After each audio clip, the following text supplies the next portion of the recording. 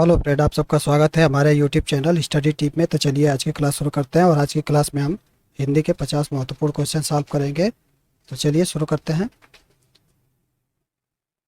संक्षेप मूल पाठ से कितने कम शब्दों में लिखना चाहिए? तो ऑप्शन ए है 2/3, ऑप्शन बी है 1/4, ऑप्शन सी है आधा और ऑप्शन डी है 1/3। तो संक्षेप संक्षेप मूल पाठ से कितने कम शब्दों में लिखना चाहिए? तो ये है ऑप्शन नंबर डी, 1/3। ठीक है, 1/3 शब्दों में लिखना चाहिए। ठीक है, चलिए अगला देखते हैं। अगला है, जब कोई कागज पत्र मूल रूप से प्रेषक को लौटाना होता है तो किसकी आवश्यकता होती है? जब कोई कागज पत्र मूल रूप से प्रेषक को लौटाना होता है तो किसकी आवश्यकता होती है? तो ऑप्शन ए है पृष्ठांकन, ऑप्शन बी है ज्ञापन, ऑप्शन सी है प्रतिवेदन और ऑप्शन डी है आदेश। तो कौन सा ऑप्शन सही होगा इसमें? तो ये होगा ऑप्शन नंबर ए। ठीक है, हमारा ऑप्शन नंबर ए सही होगा। अगला देखते हैं हम। शासकीय पत्र में पत्र संख्या के ठीक नीचे बाईं ओर क्या लिखा जाता है? तो ऑप्शन ए है प्राप्तकर्ता का पदनाम, ऑप्शन बी है दिनांक, ऑप्शन सी है सेवा में और ऑप्शन डी है प्रेषक पदाधिकारी का नाम व पदनाम। तो कौन सा ऑप्शन सही होगा इसमें? तो इसमें होगा कि शासकीय पत्र में पत्र संख्या के ठीक नीचे बाईं ओर प्रेषक पदाधिकारी का नाम व पदनाम लिखा जाता है। ऑप्शन नंबर डी सही होगा। चलिए अगला देखते हैं। अगला है, बिखरे मोती किसका कहानी संग्रह है? बिखरे मोती किसका कहानी संग्रह है? तो option A Suryakant Tripathi Nirala, option B है सुभद्रा कुमारी चौहान, ऑप्शन सी है अमृत राय और ऑप्शन डी है ममता कालिया। तो बिखरे मोती किसका कहानी संग्रह है? तो बिखरे मोती सुभद्रा कुमारी चौहान का कहानी संग्रह है। ऑप्शन नंबर बी सही होगा। अगला देखते हैं हम। अगला है, नमक का दरोगा किसकी रचना है? नमक का दरोगा किसकी रचना है? तो option A Jaishankar Prasad, option B है प्रेमचंद, ऑप्शन सी है निर्मल वर्मा और ऑप्शन डी है रामचंद्र शुक्ल। तो नमक का दरोगा किसकी रचना है? तो ये है प्रेमचंद की। ऑप्शन नंबर बी सही होगा। ठीक है, चलिए अगला देखते हैं हम। अगला है, रात को अचानक वर्षा होने लगी वाक्य में क्रिया विशेषण का कौन सा भेद है? रात को अचानक वर्षा होने लगी वाक्य में क्रिया विशेषण का कौन सा भेद है हमको बताना है। तो ऑप्शन ए है स्थानवाचक क्रिया विशेषण, ऑप्शन बी है परिमाणवाचक क्रिया विशेषण, ऑप्शन सी है कालवाचक क्रिया विशेषण और ऑप्शन डी है रीतिवाचक क्रिया विशेषण। तो कौन सा ऑप्शन सही होगा इसमें? तो ये होगा रीतिवाचक क्रिया विशेषण है इसमें। ऑप्शन नंबर डी सही होगा। अगला देखते हैं हम। अगला है, तिरोभाव निम्नलिखित में से किसका विपरीतार्थक शब्द है? तो ऑप्शन ए है अभाव, ऑप्शन बी है अनुभाव, ऑप्शन सी है अविभाव और ऑप्शन डी है पराभाव। तो कौन सा ऑप्शन सही होगा? तो तिरोभाव निम्नलिखित में से किसका विपरीतार्थक शब्द है? तो ये है आरबी भाव का। Option number C. ठीक है, ऑप्शन नंबर सी का सही होगा। चलिए अगला देखते हैं। अगला है, अमर का विलोम शब्द क्या होगा? अमर का विलोम शब्द क्या होगा? तो ऑप्शन ए है मरण, ऑप्शन बी है मृत्यु, ऑप्शन सी है मत्य और ऑप्शन डी है जीवित। तो अमर का विलोम क्या होगा? तो अलम का होगा मर्त्य। ऑप्शन नंबर सी सही होगा। अगला देखते हैं हम।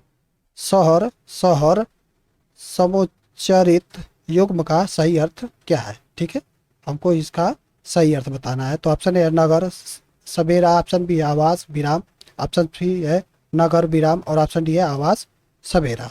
तो कौन सा ऑप्शन सही होगा इसमें? तो शहर का माने क्या होता है? तो शहर माने नगर होता है। ठीक है, शहर माने क्या होता है? नगर होता है। और शहर माने एक दूसरे वाले क्या होता है? तो ये होता है सवेरा।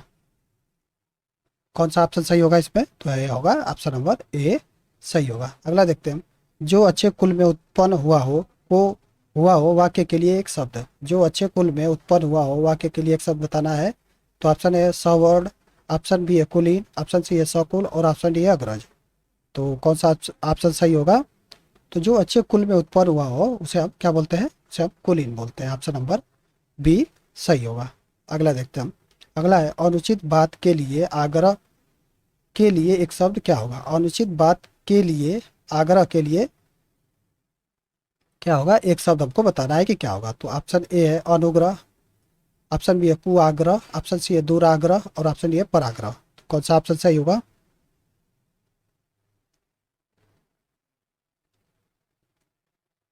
तो कौन सा ऑप्शन होगा? तो इसमें होगा हमारा ऑप्शन नंबर सी, दुराग्रह होगा। ठीक है, चलिए अगला देखते हैं। लोकप्रिय कवि का सम्मान सभी करते हैं, वाक्य को मिश्र वाक्य में बदलिए। ठीक है, लोकप्रिय कवि का सम्मान सब करते हैं, सभी करते हैं, इसको हमको मिश्र वाक्य में बदलना है। तो ऑप्शन है सम्मान वही कवि पाता है जो लोकप्रिय होता है, ऑप्शन बी है जो कवि लोकप्रिय होता है उसका सम्मान सभी करते हैं, और ऑप्शन सी है सम्मान पाने के लिए कवि को लोकप्रिय होना चाहिए, और ऑप्शन डी है कवि लोकप्रिय होते हैं और इसलिए सभी उसका सम्मान करते हैं। तो इसमें मिश्र वाक्य कौन सा होगा?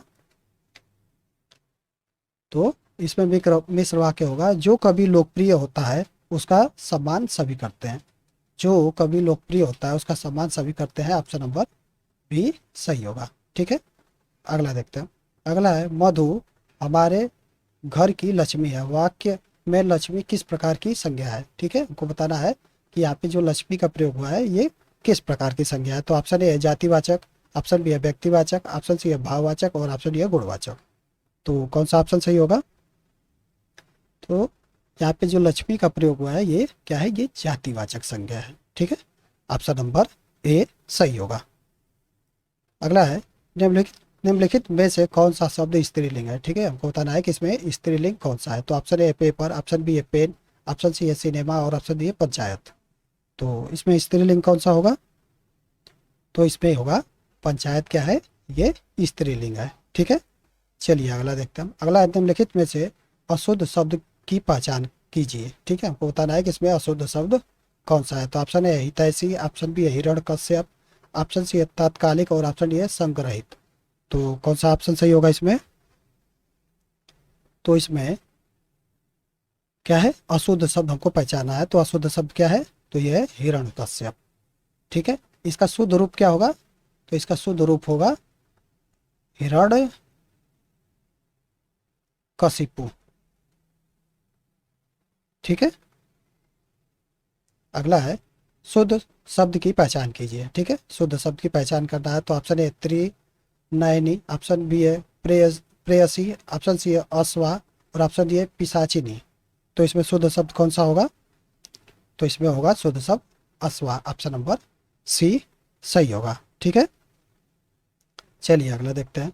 अगला है किस शब्द युग के दोनों शब्द सही नहीं है? ठीक है, किस शब्द युग के दोनों शब्द सही नहीं है? तो ऑप्शन ए है हनुमान, हनुमान, ऑप्शन बी है कलश, कलश, ऑप्शन सी है वशिष्ठ, वशिष्ठ और ऑप्शन डी है महंगा, महंगा। तो कौन सा इसमें सही नहीं है वो हमको बताना है। तो कौन सा ऑप्शन सही होगा?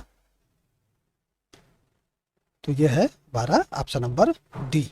ठीक है, ये महंगा जो लिखा है ये क्या है? ये अशुद्ध है महंगा। ठीक है, और ये वाला शुद्ध है। चलिए अगला देखते हैं। अगला है आजकल में कौन सा समास है? आजकल में कौन सा समास है? तो ऑप्शन ए है तत्पुरुष, ऑप्शन बी है व्यय भाव, ऑप्शन सी है द्विगु और ऑप्शन डी है कर्मधारय। तो आजकल में कौन सा समास होगा? तो आजकल में समास होगा हमारा अव्ययी भाव समास, ऑप्शन नंबर बी सही होगा। अगला देखते हैं। अगला है शुद्ध वाक्य की पहचान करें। शुद्ध वाक्य की पहचान करना है। तो ऑप्शन है उस काला लड़के का घर दूर है, ऑप्शन बी है उस काले लड़के के घर दूर है, ऑप्शन सी है उस काला लड़कों का घर दूर है, ऑप्शन डी है उस काली लड़का का घर दूर है। तो इसमें शुद्ध वाक्य कौन सा होगा? तो इसमें होगा कि उस काला लड़के का घर दूर है, ऑप्शन नंबर ए सही होगा। ठीक है, ऑप्शन नंबर ए सही होगा। अगला देखते हैं हम। निम्नलिखित में से शुद्ध वाक्य की पहचान करें। ठीक है, शुद्ध वाक्य की पहचान करना है। तो ऑप्शन है तब शायद यह काम जरूरी हो जाएगा, ऑप्शन बी है मुझसे यह काम संभव नहीं हो सकता, ऑप्शन सी है चरखा काटना चाहिए और ऑप्शन डी है वस्तुतः गौतम बड़ा आदमी है। तो इसमें शुद्ध वाक्य कौन सा होगा? तो इसमें शुद्ध वाक्य होगा ऑप्शन नंबर डी। क्या है? वस्तुतः गौतम बड़ा आदमी है। ठीक है, चलिए अगला देखते हैं। अगला है तुलसीकृत में कौन सा समास है? तुलसीकृत में कौन सा समास है हमको बताना है। तो ऑप्शन ए अव्ययी भाव, ऑप्शन बी है कर्मधारय, सॉरी ऑप्शन बी है कर्म तत्पुरुष और ऑप्शन सी है अपादान तत्पुरुष और ऑप्शन डी है करण तत्पुरुष। तो तुलसीकृत में कौन सा समास होगा? तो तुलसीकृत में होगा करण समास। ठीक है, करण तत्पुरुष समास होगा। तो तुलसीकृत का अगर हम समास विग्रह करेंगे तो क्या होगा? तुलसी द्वारा कृत, तुलसी द्वारा कृत। ठीक है, तो ये कौन सा होगा? ये करण तत्पुरुष समास होगा। ठीक है, वह मुझसे बड़ा है वाक्य को निषेधवाचक वाक्य में परिवर्तित करें। ठीक है, वह मुझसे बड़ा है वाक्य को हमको निषेधवाचक वाक्य में परिवर्तित करता है। तो ऑप्शन ए मैं उससे बड़ा नहीं हूँ, ऑप्शन बी वह मुझसे बड़ा नहीं है, ऑप्शन सी वह उससे छोटा नहीं है, और ऑप्शन डी है इनमें से कोई नहीं। तो कौन सा ऑप्शन सही होगा इसमें? तो वह मुझसे बड़ा है वाक्य को हमको किस में कर बदलना है? निषेध वाचक वाक्य में बदलना है। तो कौन सा ऑप्शन सही होगा? तो वह होगा कि मैं उससे बड़ा नहीं हूँ, ऑप्शन नंबर ए सही होगा। ठीक है, चलिए अगला देखते हैं। निम्नलिखित शब्द में से कौन सा तद्भव है? ठीक है, हमको बताना है कि कौन इसमें तद्भव है। तो ऑप्शन ए है खप्पर, ऑप्शन बी है घृणा, ऑप्शन सी है क्षेत्र, और ऑप्शन डी है क्रोध। तो कौन सा ऑप्शन सही होगा इसमें? तो इसमें तद्भव कौन है वो बताना है। तो कौन सा तद्भव है? तो ये है खप्पर। क्या है? ये तद्भव है। ठीक है, अगला देखते हैं हम। अगला है रोटी का तत्सम क्या होगा? रोटी का तत्सम हमको बताना है कि क्या होगा। तो ऑप्शन ए है चपाती, ऑप्शन बी है रोस्टी, ऑप्शन सी है रोटी का, और ऑप्शन डी है बूटी। तो रोटी का तत्सम क्या होगा? तो रोटी का तत्सम होगा रोटी का, ऑप्शन नंबर सी सही होगा। अगला देखते हैं हम। अगला है चौर का तत्सम रूप क्या होगा? चौर का तत्सम रूप क्या होगा वो बताना है। तो ऑप्शन ए है चार, ऑप्शन बी है चोर, ऑप्शन सी है चरना, और ऑप्शन डी है चरण। ठीक है, तो चौर का तत्सम रूप क्या होगा? चौर का तत्सम रूप होगा ये चोर। ठीक है, चलिए अगला देखते हैं हम। अगला है निम्नलिखित में से विशेषण के साथ प्रयुक्त विशेष का सही सुमेल किस में नहीं है? ठीक है, निम्नलिखित में से विशेषण के साथ प्रयुक्त विशेष का सही सुमेल किस में नहीं है वो हमको बताना है। तो कौन सा ऑप्शन सही होगा? तो ऑप्शन पहला है अगाध सागर, ऑप्शन बी है चतुर बालक, ऑप्शन सी है उर्वर भूमि, ऑप्शन डी है पुष्ट आहार। तो कौन सा ऑप्शन सही होगा? तो विशेषण के साथ प्रयुक्त विशेष किस में सुमेल नहीं है वो बताना है। तो कौन सा होगा? तो यह होगा ऑप्शन नंबर डी। क्या है? पुष्ट आहार। ठीक है, ये क्या है? ये सुमेल नहीं है। चलिए अगला देखते हैं। अगला निम्नलिखित में से कौन अमृत का पर्यायवाची नहीं है? ठीक है, अमृत का पर्यायवाची कौन नहीं है वो बताना है। तो ऑप्शन ए पीयूष, ऑप्शन बी है सुधा, ऑप्शन सी है शोभ, और ऑप्शन डी है हलाहल। तो अमृत का पर्यायवाची कौन नहीं है इसमें? तो ये है ऑप्शन नंबर डी। क्या है? हलाहल ये अमृत का पर्यायवाची नहीं है। ये किसका पर्यायवाची है? तो ये विष का पर्यायवाची है। ठीक है, विष का पर्यायवाची है। विष का और पर्यायवाची कौन कौन होता है? तो कालकूट, गरल, जौहर आदि, ये सब विष के पर्यायवाची हैं। ठीक है, चलिए अगला देखते हैं। अगला है त्रिपथगा किसका पर्यायवाची है? त्रिपथगा किसका पर्यायवाची है? तो ऑप्शन ए है गंगा, ऑप्शन बी है यमुना, ऑप्शन सी है नदी, और ऑप्शन डी है काली। तो त्रिपथगा किसका पर्यायवाची है? तो त्रिपथगा गंगा का पर्यायवाची है, ऑप्शन नंबर ए सही होगा। ठीक है, चलिए अगला देखते हैं। अगला निम्नलिखित में से कौन सा शब्द अनेकार्थी है? ठीक है, आपको बताना है कि कौन सा शब्द अनेकार्थी है। तो ऑप्शन ए है कलम, ऑप्शन बी है उत्तर, ऑप्शन सी है आम, और ऑप्शन डी है उपयुक्त सभी। तो कौन सा ऑप्शन सही होगा इसमें? तो इसमें होगा ऑप्शन नंबर डी। क्या है? उपयुक्त सभी क्या है? अनेकार्थी शब्द है। कलम का अनेकार्थी क्या होगा? तो लेखनी होगा, कनपटी होगा, कनपटी के बाल। ठीक है, कूची, चोर। ठीक है, ये क्या है? इसके अनेकार्थी शब्द है। उत्तर का क्या होगा? तो उत्तर का होगा हल, जवाब, उत्तर दिशा। आम का क्या होगा? तो आम का होगा सर्व साधारण, मामूली, फल विशेष। क्या है ये? सब ये अनैकार्थी शब्द है। चलिए अगला देखते हैं, निम्नलिखित में से कौन अघोष वर्ण है। ठीक है, अघोष वर्ण कौन सा है इसमें हमको बताना है। तो ऑप्शन ए है क, ऑप्शन बी है न, ऑप्शन सी है ड़ और ऑप्शन डी है ब। तो कौन सा ऑप्शन सही होगा? तो ये होगा ऑप्शन नंबर ए। ठीक है, ये क्या है? ये अघोष वर्ण है। ठीक है, चलिए अगला देखते हैं। अगला है, निम्नलिखित में से कौन सा वर्ण महाप्राण और अघोष दोनों है। ठीक है, हमको बताना है कि कौन महाप्राण भी है और अघोष दोनों है। तो ऑप्शन ए है च, ऑप्शन बी है ट, ऑप्शन सी है थ और ऑप्शन डी है भ। तो कौन सा ऑप्शन सही होगा? तो ये होगा ऑप्शन नंबर सी। थ क्या है? महाप्राण और अघोष वर्ण दोनों भी है। ठीक है, चलिए अगला देखते हैं। अगला है, निम्नलिखित में से कौन सा स्वर मौखिक स्वर नहीं है। ठीक है, हमको बताना है कि कौन मौखिक स्वर नहीं है। तो ऑप्शन ए है अ, ऑप्शन बी है अंग, ऑप्शन सी है आ और ऑप्शन डी है बड़ी। तो कौन सा ऑप्शन सही होगा? तो कौन मौखिक मौखिक स्वर नहीं है वो बताना है। तो ऑप्शन नंबर बी क्या है? ये मौखिक स्वर नहीं है। बाकी अ, आ और ई ये सब क्या है? ये सब मौखिक मौखिक स्वर है। ठीक है, चलिए अगला देखते हैं। अगला है, निम्नलिखित में से कौन सा व्यंजन सघोष है। ठीक है, कौन सा व्यंजन सघोष है? तो ऑप्शन ए है प, ऑप्शन बी है स, ऑप्शन सी है ह और ऑप्शन डी है फ। तो इसमें कौन सा व्यंजन सघोष है? तो सघोष कौन सा होगा? तो सघोष होगा हमारा ऑप्शन नंबर सी। ह क्या है? सघोष वर्ण है। ठीक है, सघोष व्यंजन है। अगला देखते हैं। अगला, निम्नलिखित में से कौन सा स्वर कंठोष्ठ अर्थात कंठ और ओष्ठ के से उच्चारित होता है। ठीक है, आपको बताना है कि कौन सा स्वर कंठोष्ठ है। तो ऑप्शन ए है ए, ऑप्शन बी है उ, ऑप्शन सी है ई और ऑप्शन डी है ओ। तो कौन सा ऑप्शन सही होगा इसमें? तो ये होगा ऑप्शन नंबर डी। ठीक है, ओ क्या है? ये कंठोष्ठ है। ठीक है, चलिए अगला देखते हैं।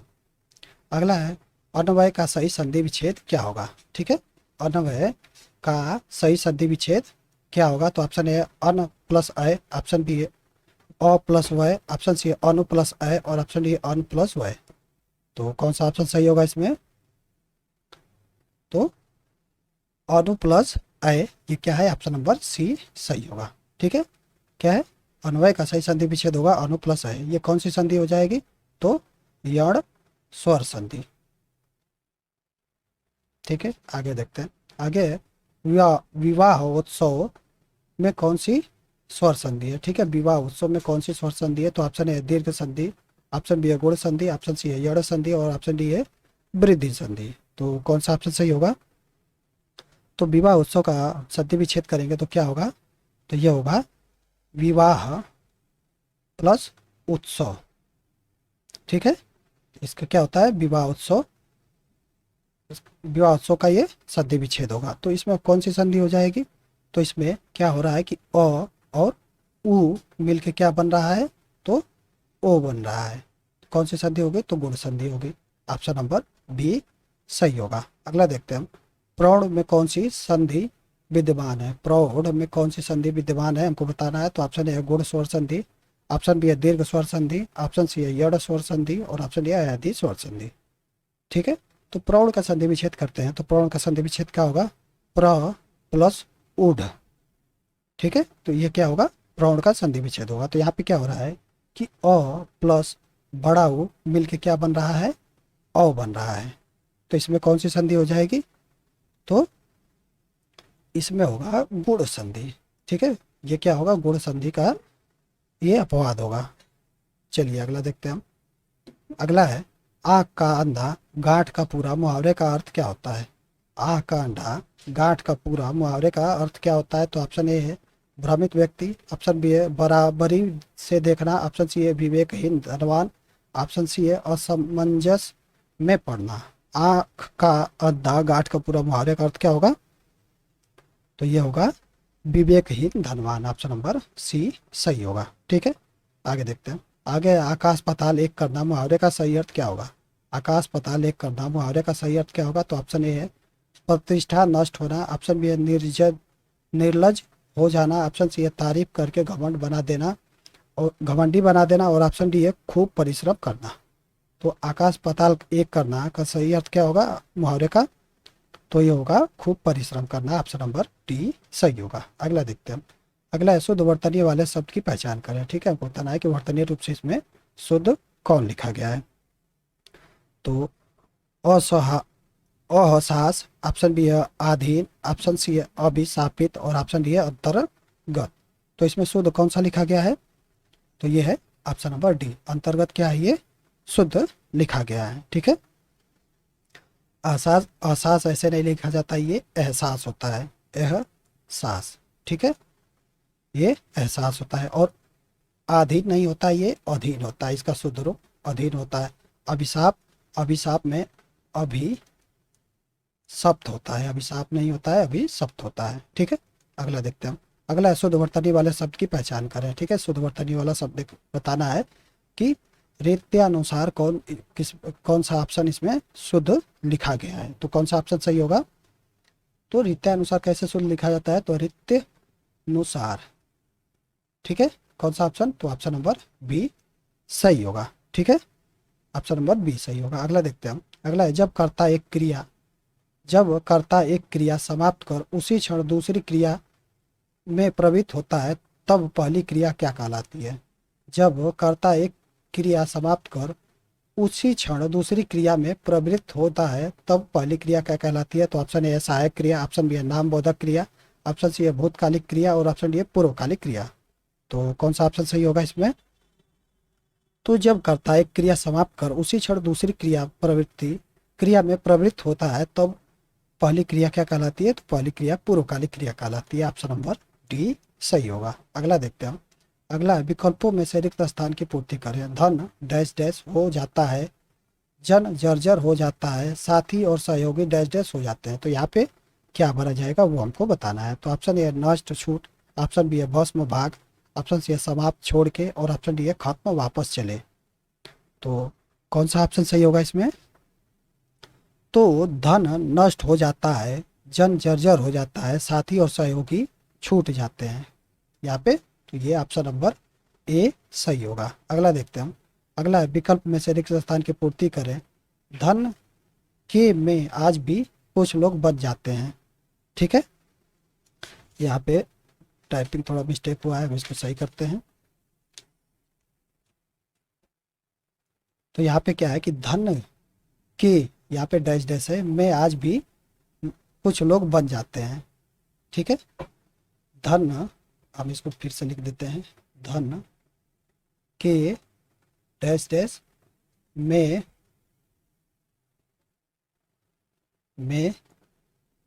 आज भी कुछ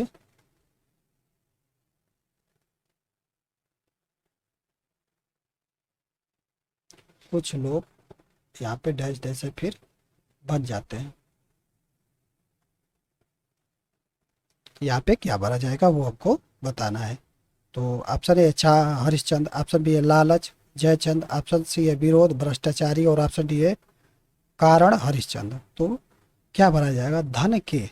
ठीक है, धन के क्या है? लालच में आज भी कुछ लोग क्या हो जाते हैं? जयचंद हो जाते हैं। ठीक है, ऑप्शन नंबर बी सही होगा। अगला देखते हैं हम। अगला है निम्नलिखित में से कौन सा शब्द ऐसे हैं जिनका एक वचन और बहुवचन समान होता है? ठीक है, बताना है कि कौन सा शब्द ऐसे हैं जिनका एक वचन और बहुवचन समान होता है। तो ऑप्शन ए है समाचार, ऑप्शन बी है पानी, ऑप्शन सी है आत्मा और ऑप्शन डी है उपयुक्त सभी। तो कौन सा ऑप्शन सही होगा? तो ये होगा ऑप्शन नंबर डी, उपयुक्त सभी क्या है? समाचार। ठीक है, समाचार का भी एक वचन और बहुवचन समान होता है, पानी भी समान होता है और आत्मा भी समान होता है। ठीक है, तो ऑप्शन नंबर डी सही होगा। अगला देखते हैं हम। अगला है प्रश्न संख्या 46 से 50 तक के उत्तर निम्नलिखित गद्यांश के आधार पर दीजिए। ठीक है, गद्यांश पढ़ना है और इसका उत्तर देना है। तो 46 नंबर क्वेश्चन है कि उपयुक्त गद्यांश का उपयुक्त शीर्षक क्या होगा? ठीक है, हमको इस गद्यांश का उपयुक्त शीर्षक बताना है। तो चलिए, ऑप्शन ए कि ध्वनि प्रदूषण, ऑप्शन बी है तारे, ऑप्शन सी है प्रकाश प्रदूषण और ऑप्शन डी है उपग्रह। तो चलिए इस गद्यांश को पढ़ते हैं और इसका उत्तर देते हैं।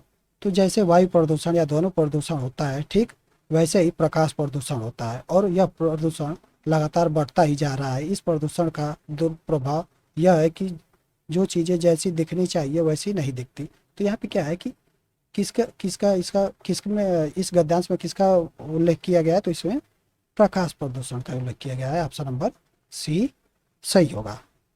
अगला क्वेश्चन है, अरे कि गद्यांश के आधार पर कौन सा कथन असत्य है। ठीक है, हमको देखना है कि गद्यांश के आधार पर कौन सा कथन असत्य है। तो ऑप्शन ए है, रात के समय तारों को देखना साल दर साल आसान होता जा रहा है। ऑप्शन बी है, कृत्रिम प्रकाश प्राकृतिक प्रकाश को दूषित करने लगा है।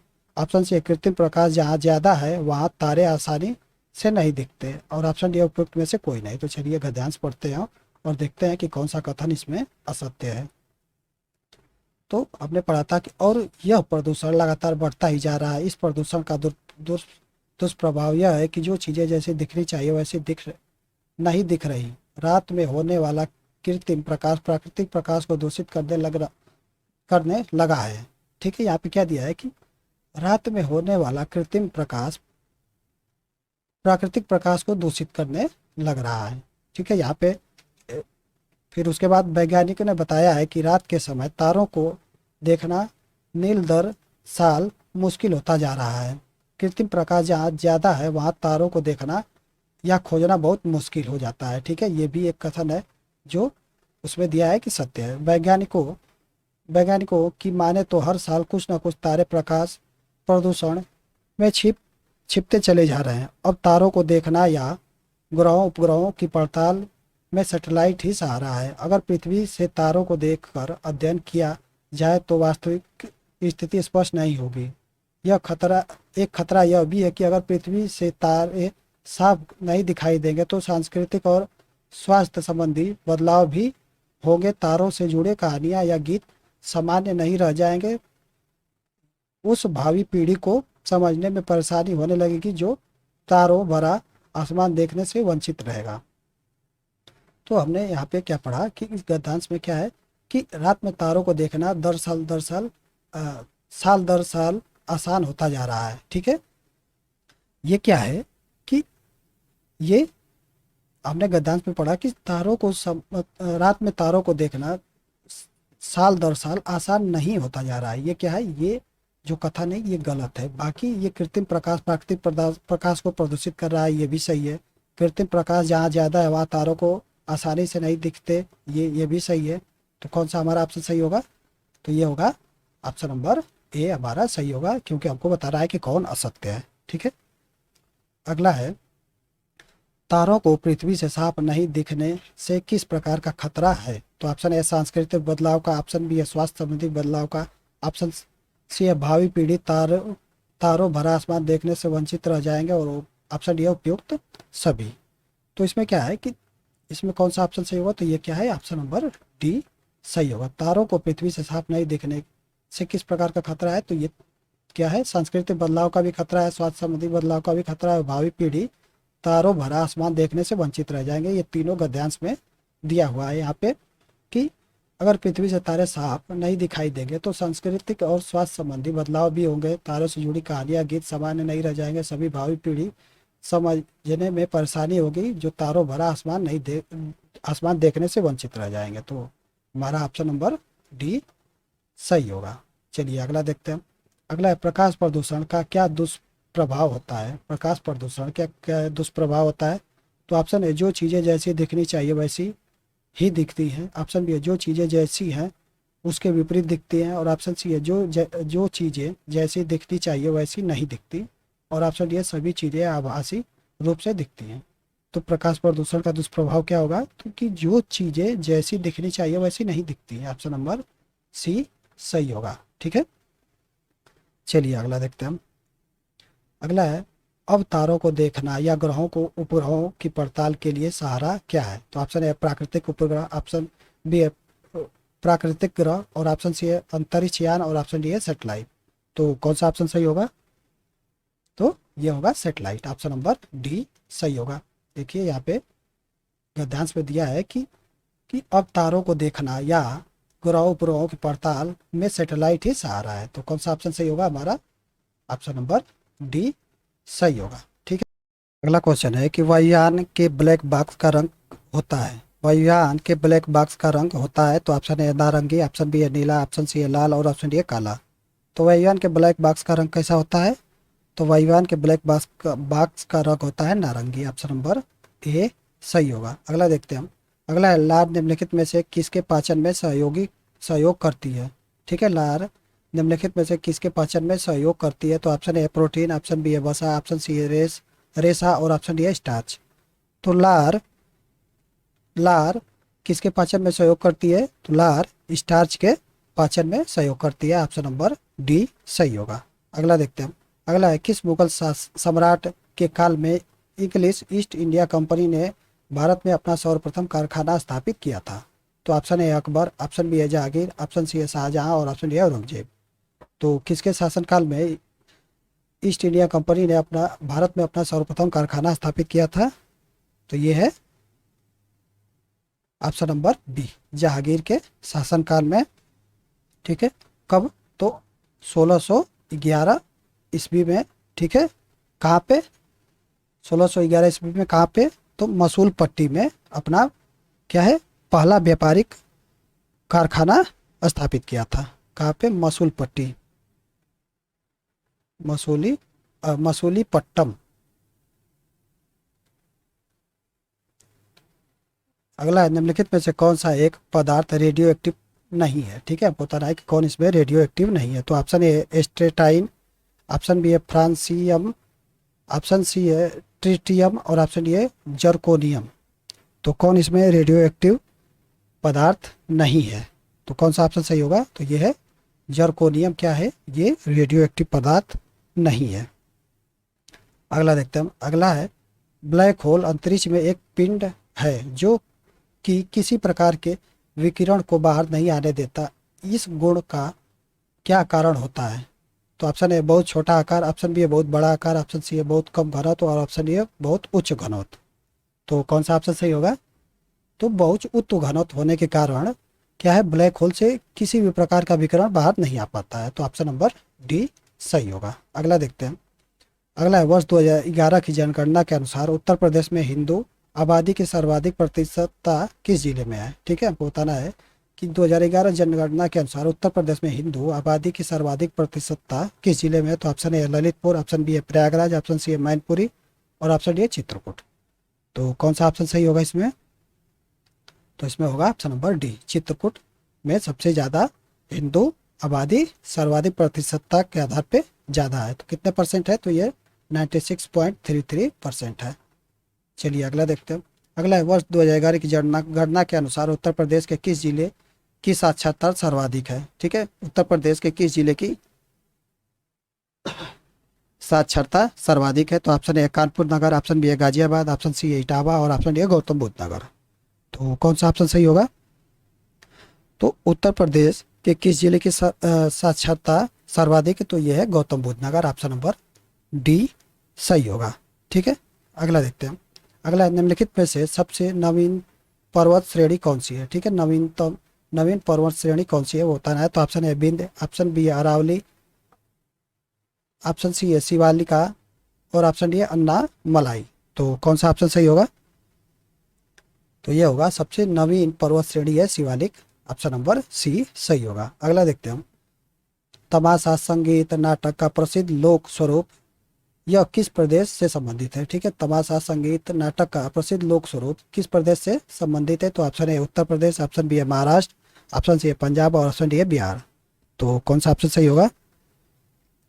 तो ये होगा तमाशा किस प्रदेश से संबंधित है? तो ये है महाराष्ट्र से संबंधित है। ठीक है, चलिए अगला देखते हैं। अगला है उत्तर प्रदेश में अफीम कारखाना किस जिले में स्थित है? तो option A Shahjahanpur, option B है रामपुर, ऑप्शन सी है गाजीपुर और ऑप्शन डी है बाराबंकी। तो कौन सा ऑप्शन सही होगा? तो अफीम कारखाना कहाँ पे है? तो ये गाजीपुर में है। ऑप्शन नंबर सी सही होगा। अगला देखते हैं। तमसा नदी गंगा की सहायक नदी है, यह प्रदेश के किस जिले में गंगा से मिलती है? ठीक है, तमसा नदी गंगा की सहायक नदी है, हमको बताना है कि यह प्रदेश के किस जिले में ये गंगा से मिलती है। तो option A Prayagraj, option B है वाराणसी, ऑप्शन सी है चंदौली और ऑप्शन डी है मिर्जापुर। तो कौन सा ऑप्शन सही होगा? तो ये है प्रयागराज में ये क्या है गंगा से मिलती है तमसा नदी। ठीक है, अगला देखते हैं हम। अगला है ग्राम शिक्षा समिति का अध्यक्ष कौन होता है। ग्राम शिक्षा समिति का अध्यक्ष कौन होता है, तो ऑप्शन ए है प्राथमिक विद्यालय का प्रधानाध्यापक, ऑप्शन बी है ब्लॉक प्रमुख, ऑप्शन सी है जिला पंचायत सदस्य और ऑप्शन डी है ग्राम प्रधान। तो ग्राम शिक्षा समिति का अध्यक्ष कौन होता है, तो ग्राम शिक्षा समिति का अध्यक्ष होता है ग्राम प्रधान। ऑप्शन नंबर डी सही होगा। अगला देखते हैं। अगला है उत्तर प्रदेश में मिड डे मील की योजना की शुरुआत कब हुई थी। ठीक है, उत्तर प्रदेश में मिड डे मील की योजना का शुरुआत कब हुई थी, तो ऑप्शन ए है वर्ष 1992 में, ऑप्शन बी है वर्ष 1995 में, ऑप्शन सी है वर्ष 1997 में और ऑप्शन डी है वर्ष 2000 में। तो मिड डे मील कब स्टार्ट हुआ था यूपी में, तो ये हुआ था 1995 में। ऑप्शन नंबर बी सही होगा। ठीक है, अगला देखते हैं हम। अगला है ताई वाई महल उत्तर प्रदेश के किस जिले में स्थित है। ताई वाई महल उत्तर प्रदेश के किस जिले में स्थित है, तो option A Agra, option B है जालौन, ऑप्शन सी है देवरिया और ऑप्शन डी है मेरठ। तो ताई वाई महल कहाँ पे है, तो ये है यूपी में, यूपी के जालौन में। ऑप्शन नंबर बी सही होगा। अगला देखते हैं हम। अगला निम्नलिखित में से कौन सा वन आर्थिक दृष्टिकोण से सर्वाधिक महत्वपूर्ण है। ठीक है, वन आर्थिक दृष्टिकोण से सर्वाधिक महत्वपूर्ण कौन सा है हमको बताना है। तो ऑप्शन ए ज्वारीय वन, ऑप्शन बी है सदाबहार वन, ऑप्शन सी है कांटेदार वन और ऑप्शन डी है पतझड़ वाले वन। तो कौन सा ऑप्शन सही होगा, तो ये होगा ऑप्शन नंबर डी, पतझड़ वाले वन सही होगा। अगला देखते हैं हम। अगला है झील पर स्थित भारत का एकमात्र प्राकृतिक बंदरगाह कौन सा है। ठीक है, झील पर स्थित भारत का एकमात्र प्राकृतिक बंदरगाह कौन सा है, तो ऑप्शन ए एन्नौर बंदरगाह, ऑप्शन बी है कोच्चि बंदरगाह, ऑप्शन सी है कांडला बंदरगाह और ऑप्शन डी है न्याहावा सेवा बंदरगाह।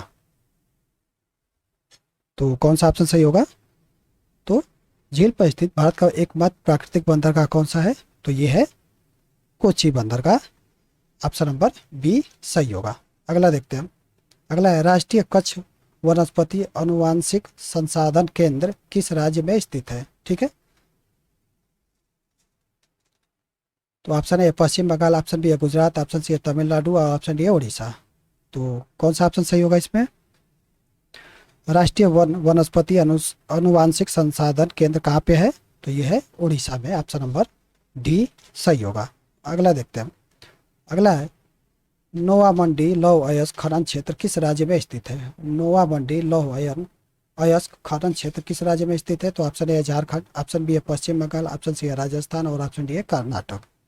तो कौन सा ऑप्शन सही होगा, तो ये कहाँ पे है, तो ये झारखंड में है। ठीक है, ऑप्शन नंबर ए सही होगा। अगला देखते हैं हम। अगला है सुभाष चंद्र बोस ने त्याग पत्र देने के बाद किसे भारतीय राष्ट्रीय कांग्रेस का अध्यक्ष चुना गया था। ठीक है, सुभाष चंद्र बोस के त्याग पत्र देने के बाद भारतीय राष्ट्रीय कांग्रेस का अध्यक्ष किसे चुना गया था, तो option A Pattabhi Sitaramayya, option B है राजेंद्र प्रसाद, ऑप्शन सी है अब्दुल कलाम आजाद और ऑप्शन डी है वल्लभ भाई पटेल। तो कौन सा ऑप्शन सही होगा, तो सुभाष चंद्र बोस के त्यागपत्र देने के बाद राजेंद्र प्रसाद जी को राष्ट्रीय कांग्रेस का अध्यक्ष बनाया गया था। ठीक है, ऑप्शन नंबर बी सही होगा। अगला देखते हैं हम। जब भारत छोड़ो आंदोलन हुआ तब भारत का वायसराय कौन था। जब भारत छोड़ो आंदोलन हुआ तब भारत का वायसराय कौन था, तो ऑप्शन ए है लॉर्ड वेलिंगटन, ऑप्शन बी है लॉर्ड लिथिगो, ऑप्शन सी है लॉर्ड बेवेल और ऑप्शन डी है लॉर्ड रीडिंग। तो भारत छोड़ो आंदोलन जब हुआ था उस समय वायसराय कौन था, तो उस समय वायसराय था option number B Lord Linlithgow. Option number B हमारा सही होगा। अगला देखते हैं हम। अगला है संगीत राज नामक पुस्तक के लेखक कौन थे। संगीत राज नामक पुस्तक के लेखक कौन थे, तो option A Maharana Kumbha, option B है सारंगदेव, ऑप्शन सी है राजशेखर और ऑप्शन डी है उद्भट।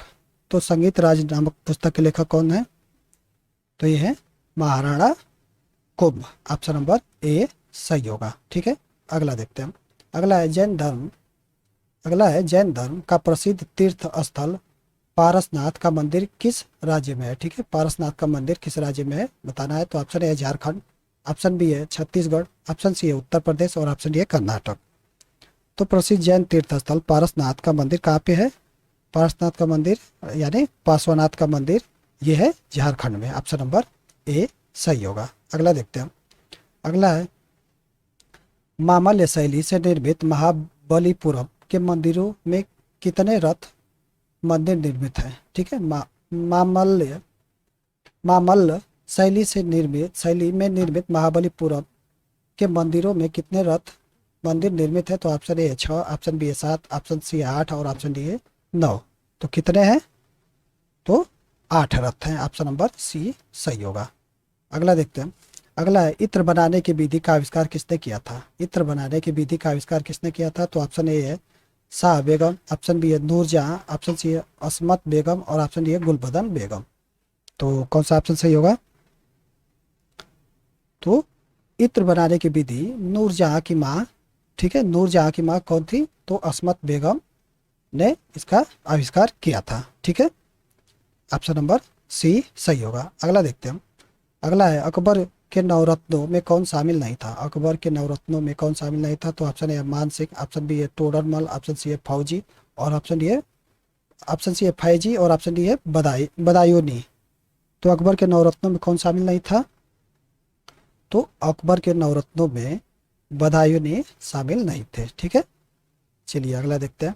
अगला है, पंचायत संबंधी प्रावधान किस अनुच्छेद के तहत संविधान में सम्मिलित है? ठीक है, पंचायत संबंधी प्रावधान किस अनुच्छेद के तहत संविधान में सम्मिलित है? तो ऑप्शन ए है 9वीं अनुसूची, ऑप्शन बी है 10वीं अनुसूची, ऑप्शन सी है 11वीं अनुसूची और ऑप्शन डी है 12वीं अनुसूची। तो कौन सा ऑप्शन सही होगा इसमें? तो ये होगा पंचायत संबंधी प्रावधान किस अनुसूची में है? तो ये है 11वीं अनुसूची में। ठीक है, ऑप्शन नंबर सी सही होगा। अगला देखते हैं हम। अगला है, राष्ट्रीय बाल संरक्षण आयोग national commission for protection of child right का गठन कब किया गया था? तो ऑप्शन ए है वर्ष 2003 में, ऑप्शन बी है 2004 में, ऑप्शन सी है 2007 में और ऑप्शन डी है 2011 में। तो कौन सा ऑप्शन सही होगा? तो राष्ट्रीय बाल संरक्षण आयोग का गठन कब किया गया था? तो 2007 में किया गया था। ऑप्शन नंबर सी सही होगा। अगला देखते हैं। राज्य की कार्यपालिका और न्यायपालिका के शक्तियों का पृथक्करण का प्रावधान किस अनुच्छेद के तहत है? ठीक है, राज्य की कार्यपालिका और न्यायपालिका के शक्तियों का पृथक्करण का प्रावधान किस अनुच्छेद के तहत है? तो ऑप्शन ए अनुच्छेद 48, ऑप्शन बी अनुच्छेद 50, ऑप्शन सी अनुच्छेद 51 और ऑप्शन डी अनुच्छेद 53। तो कौन सा ऑप्शन सही होगा? तो ये होगा अनुच्छेद 50 के तहत राज्य की कार्यपालिका और न्यायपालिका के शक्तियों का पृथक्करण का प्रावधान किया गया है। ऑप्शन नंबर बी सही होगा। अगला देखते हैं हम। अगला है, समान नागरिक संहिता संबंधी प्रावधान किस अनुच्छेद के तहत आता है? ठीक है, समान नागरिक संहिता संबंधी प्रावधान किस अनुच्छेद के तहत आता है? तो ऑप्शन ए अनुच्छेद 38, ऑप्शन बी अनुच्छेद 39, ऑप्शन सी अनुच्छेद 43 और ऑप्शन डी अनुच्छेद 44। तो कौन सा ऑप्शन सही होगा? तो समान नागरिकता संहिता किस में आता है? तो ये आता है अनुच्छेद 44 में। ऑप्शन नंबर डी सही होगा। अगला देखते हैं। भारतीय संसदीय व्यवस्था में शून्यकाल की शुरुआत कितने बजे होती है? ठीक है, शून्यकाल की शुरुआत कितने बजे होती है? तो ऑप्शन ए प्रातः 10 बजे, ऑप्शन बी प्रातः 11 बजे, ऑप्शन सी मध्याह्न 12 बजे और ऑप्शन डी अपराह्न 2 बजे। तो कौन सा ऑप्शन सही होगा? तो ऑप्शन नंबर सी सही होगा। मध्याह्न 12 बजे से शुरू होता है और कितने बजे तक रहता है? तो 1 बजे तक रहता है। इसे हम शून्यकाल कहते हैं। अगला है, श्रीमती द्रौपदी मुर्मू भारत की कौन सी राष्ट्रपति हैं? तो ऑप्शन नंबर ए है 15वीं, ऑप्शन बी है 16वीं, ऑप्शन सी है 17वीं और ऑप्शन डी है 18वीं। तो द्रौपदी मुर्मू भारत की कौन सी राष्ट्रपति है? किस नंबर की? तो ये है 15वीं नंबर की। ऑप्शन नंबर ए सही होगा। अगला देखते हैं हम। अगला है, उत्तर प्रदेश का सबसे पुराना विश्वविद्यालय कौन सा है? ठीक है, उत्तर प्रदेश का सबसे पुराना विश्वविद्यालय कौन सा है? तो ऑप्शन ए इलाहाबाद विश्वविद्यालय प्रयागराज, ऑप्शन बी है बनारस हिंदू विश्वविद्यालय वाराणसी, ऑप्शन सी है चौधरी चरण सिंह विश्वविद्यालय मेरठ और ऑप्शन डी है लखनऊ विश्वविद्यालय लखनऊ। तो सबसे पुराना उत्तर प्रदेश का विश्वविद्यालय कौन सा है? तो ये है इलाहाबाद विश्वविद्यालय प्रयागराज। ठीक है, ऑप्शन नंबर ए सही होगा। इसकी स्थापना कब हुई थी? तो इसकी स्थापना 1887 ईस्वी में हुई थी। ठीक है, चलिए अगला देखते हैं। अगला है, लेजर प्रिंटर में किस प्रकार का लेजर प्रयुक्त होता है? लेजर प्रिंटर में किस प्रकार का लेजर प्रयुक्त होता है? तो ऑप्शन ए है डाई लेजर, ऑप्शन बी है एक्सजाइमर लेजर, ऑप्शन सी है गैस लेजर और ऑप्शन डी है सेमीकंडक्टर लेजर। तो कौन सा ऑप्शन सही होगा? तो लेजर प्रिंटर में क्या होता है कि सेमीकंडक्टर लेजर का प्रयोग होता है। ठीक है, ऑप्शन नंबर डी सही होगा। अगला देखते हैं हम। अगला है, बैंक दर वह दर है जिस पर ऑप्शन ए है एक बैंक पब्लिक को उधार देती है, ऑप्शन बी है आरबीआई वाणिज्यिक बैंकों को उधार देती है, ऑप्शन सी है आरबीआई पब्लिक को उधार देती है और ऑप्शन डी है भारत सरकार अन्य देशों को उधार देती है। तो बैंक दर वह दर होता है जिसपे क्या होता है? तो बैंक दर वह दर होता है जिसपे भारतीय रिजर्व बैंक वाणिज्यिक बैंकों को उधार देती है। ठीक है, ऑप्शन नंबर बी सही होगा। ठीक है, चलिए अगला देखते हैं। अगला है भुगतान संतुलन में निहित होता है। ठीक है, भुगतान संतुलन में निहित होता है। तो ऑप्शन ए है दृश्य बाजार, ऑप्शन बी है अदृश्य बाजार, ऑप्शन सी है ऋण और ऑप्शन डी है उपयुक्त सभी। तो कौन सा ऑप्शन सही होगा? तो भुगतान संतुलन में निहित क्या होता है, तो कौन सा ऑप्शन सही होगा इसमें? तो इसमें होगा हमारा ऑप्शन नंबर डी। ठीक है, उपयुक्त सभी। चलिए अगला देखते हैं। अगला है असमानता घटाने के उपायों में कौन सम्मिलित नहीं है। ठीक है, असमानता घटाने के उपायों में कौन सम्मिलित नहीं है? तो ऑप्शन ए न्यूनतम आवश्यकता कार्यक्रम, ऑप्शन बी है अर्थव्यवस्था का उदारीकरण, ऑप्शन सी है कारारोपण और ऑप्शन डी है भूमि सुधार। तो कौन सा ऑप्शन सही होगा? तो ये होगा ऑप्शन नंबर बी। क्या है? अर्थव्यवस्था का उदारीकरण असमानता घटाने के उपायों में सम्मिलित नहीं है। ऑप्शन नंबर बी सही होगा। अगला देखते हैं। अगला है the Hindu view of life नामक पुस्तक के लेखक कौन है? The Hindu view of life नामक पुस्तक के लेखक कौन है? तो option A Neelam Sanjiva Reddy, option B है आर के नारायण और ऑप्शन सी है सर्वपल्ली राधाकृष्णन और ऑप्शन डी है वी गिरी। तो कौन सा ऑप्शन सही होगा? The Hindu view of life किसकी है? तो एस राधाकृष्णन की है, यानी सर्वपल्ली राधाकृष्णन की। ऑप्शन नंबर सी सही होगा। अगला देखते हैं हम। अगला है निम्नलिखित नदियां और उनके किनारे स्थित शहरों का सही सुमेल नहीं है। ठीक है, बताना है कि कौन सुमेल सही नहीं है। तो ऑप्शन ए सीन नदी पेरिस, ऑप्शन बी है स्त्री नदी बर्लिन और ऑप्शन सी है पोटोमैक नदी न्यूयॉर्क और ऑप्शन डी है सभी सुमेल हैं। तो ये स्त्री है, स्प्री है, स्प्री नदी बर्लिन। तो कौन सा ऑप्शन इसमें सही होगा? तो कौन सा? तो ये है ऑप्शन नंबर सी। क्या है? पोटोमैक नदी न्यूयॉर्क, ये क्या है? ये सुमेल नहीं है। ठीक है, पोटोमैक नदी के तट पे कौन सा है? तो ये वाशिंगटन डीसी है।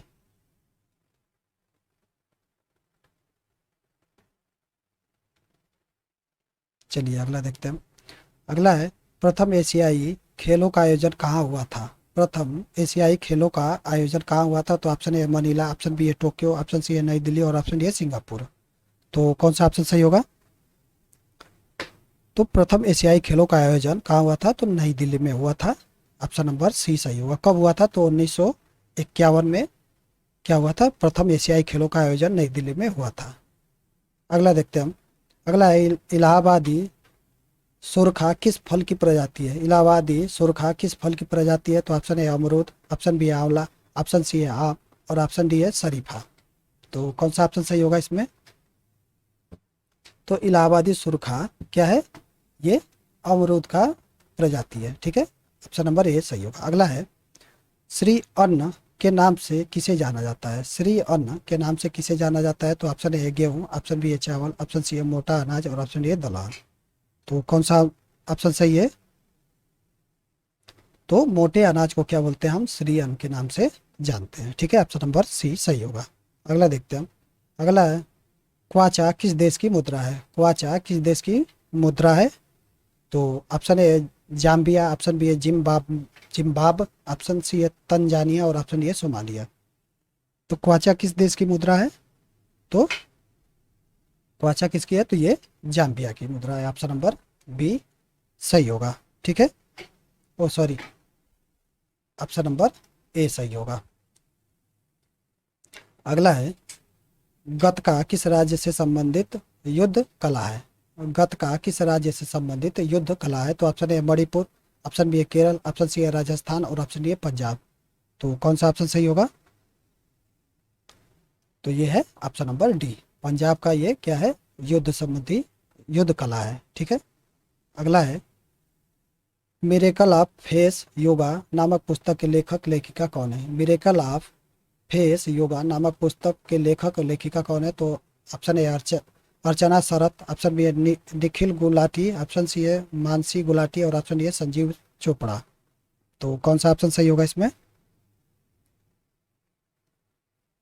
तो है miracle of the face yoga की है Mansi Gulati. Option number C सही होगा। इनकी नामक पुस्तक की लेखिका हैं।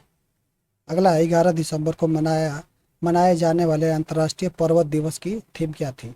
11 दिसंबर को मनाए जाने वाले अंतर्राष्ट्रीय पर्वत दिवस की थीम क्या थी? तो option A women move mountains, option B है क्लीन माउंटेन्स, ऑप्शन सी है ice of mountains, option D है mountains and humour, mountains and human. तो कौन सा ऑप्शन सही होगा? तो ये होगा women move mountain, option number A सही होगा। चलिए अगला देखते हैं। अगला है वर्ष 2022 का ऑक्सफोर्ड शब्द किसे चुना गया? वर्ष 2022 का ऑक्सफोर्ड शब्द किसे चुना गया? तो ऑप्शन ए है डेवलपमेंट, ऑप्शन बी है शेयर फर्स्ट, ऑप्शन बी है गोबलिन मोड और ऑप्शन डी है माइंड पावर। तो 2022 का ऑक्सफोर्ड शब्द किसे चुना गया था? तो ये था option number C goblin mode. ठीक है, option number C goblin mode को चुना गया था। अगला है दिसंबर 2022 में किस देश की सरकार ने अपने देश को धूम्रपान मुक्त बनाने के लिए विश्व का पहला तंबाकू कानून पारित किया? ठीक है, तो आपको option A Spain, option B है स्वीडन, ऑप्शन सी है फिनलैंड और ऑप्शन डी है न्यूजीलैंड। तो कौन सा ऑप्शन सही होगा? तो ये है ऑप्शन नंबर डी, न्यूजीलैंड सरकार ने वर्ष 2022 में अपने देश को धूम्रपान मुक्त बनाने के लिए विश्व का पहला तंबाकू कानून पारित किया है। अगला है पेटा इंडिया द्वारा पर्सन ऑफ द ईयर 2022 पुरस्कार किसे प्रदान किया गया है? पेटा इंडिया द्वारा पर्सन ऑफ द ईयर 2022 पुरस्कार किसे प्रदान किया गया है? तो ऑप्शन ए है कंगना रनौत, ऑप्शन बी है दिया मिर्जा, ऑप्शन सी है दीपिका पादुकोण और ऑप्शन डी है सोनाक्षी सिन्हा। तो किसे दिया गया है? तो ये दिया गया है सोनाक्षी सिन्हा को, ऑप्शन नंबर डी सही होगा। अगला है फीफा विश्व कप 2022 का खिताब अर्जेंटीना ने किसे हराकर जीता? ठीक है, फीफा विश्व कप 2022 का खिताब अर्जेंटीना ने किसे हरा के जीता?